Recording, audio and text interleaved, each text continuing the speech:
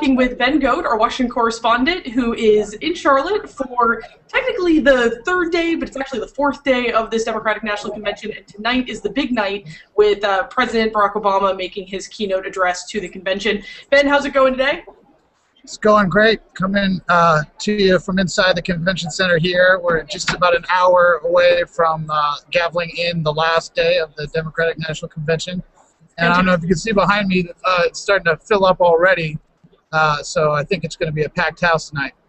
And in addition to President Barack Obama making his keynote address, who else is coming up tonight? It sounds like Vice President Joe Biden. Yes, Joe Biden and the Vice President's wife, Jill Biden, will also be speaking. But Biden is going to give the big run-up to Obama, try to get the crowd into a fever pitch, and I'm sure he'll have no problem if last night is any indication. And as far as the where it's being held, it's kind of interesting because it was going to be held at this outdoor arena where I think 70,000 people or so were going to be able to attend. Now it's going to be held inside the Convention Center Hall. How has the change affected what's going on there at the convention? Yeah, well, the Obama campaign and the DNC are saying that the switch was based on weather predictions. There was a chance of thunderstorms out there at Bank of America Stadium where it was supposed to take place. As you mentioned, that stadium held about 75,000 people. Now, Republicans are saying that the change was not weather-based, but really was motivated by the fact that Obama's campaign didn't believe they could fill up the stadium. I talked to some of the local delegates about this, and they say they're disappointed. You know, because a lot of them brought along their families and friends and other guests, and they were going to be able to get them in. And now a lot of people who had hoped to see Obama speak tonight will not be able to. And are they making any kind of contingency plans, having big screens outside or any other area where people can gather to watch the speech live? I don't think so. I think there's going to be a lot of watch parties around the city of Charlotte, but also the people who had credentials or passes to get into the stadium are being told, or at least the rumor on the street has been, that Obama has committed to coming back and doing some sort of an event for them later to make up for it. Nice. And you were there last night for former President Bill Clinton's speech, and it was something like 50 minutes, a lot of it ad-libbed, got quite the reaction from the crowd. What was it like being there at the convention for that, and what was the California delegation's take on it? Yeah, well, you know, he's a unique speaker, a one and only kind of guy.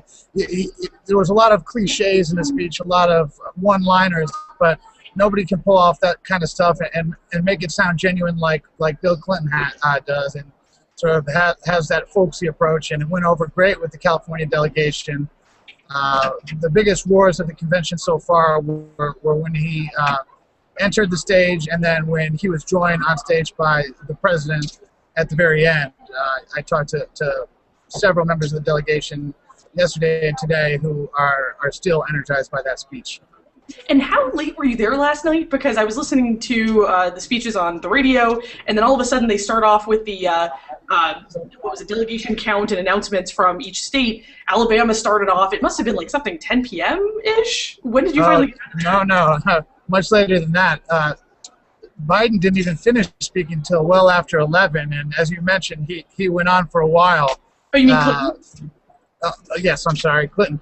And he went out for quite a while. Sorry, I'm a little tired.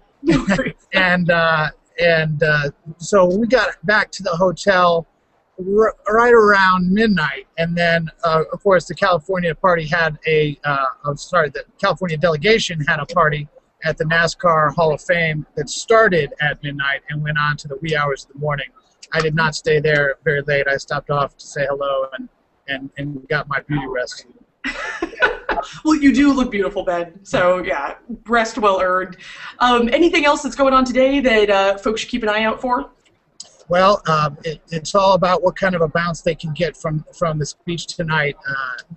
At about midnight, this the arena will clear out. The people will funnel into parties all over town and then make their way back home. And a lot of them are telling me they're energized. They're ready to get the word out, to register voters, and do phone banking and other campaign activities in support of Obama. And so we'll see.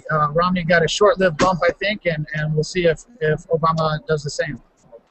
And curious, a lot has been said about the platforms. There's controversy surrounding what's been set up for their platforms for the Democratic Party. What are you hearing? Oh, I think a lot of that is beyond where the delegates are thinking. The delegates are here to nominate their candidate, as they were in Tampa. There was a lot of talk about the abortion plank in the Republican platform, and frankly, that's not really having any impact on the delegate level, and that's what we're really focused on. People are just as enthused about Romney on the Republican and Obama on the Democratic side than they were before all that debate began.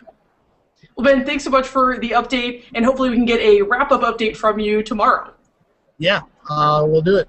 Fantastic. And thank you for joining us for another update from the Democratic National Convention in Charlotte, North Carolina. We'll see you tomorrow.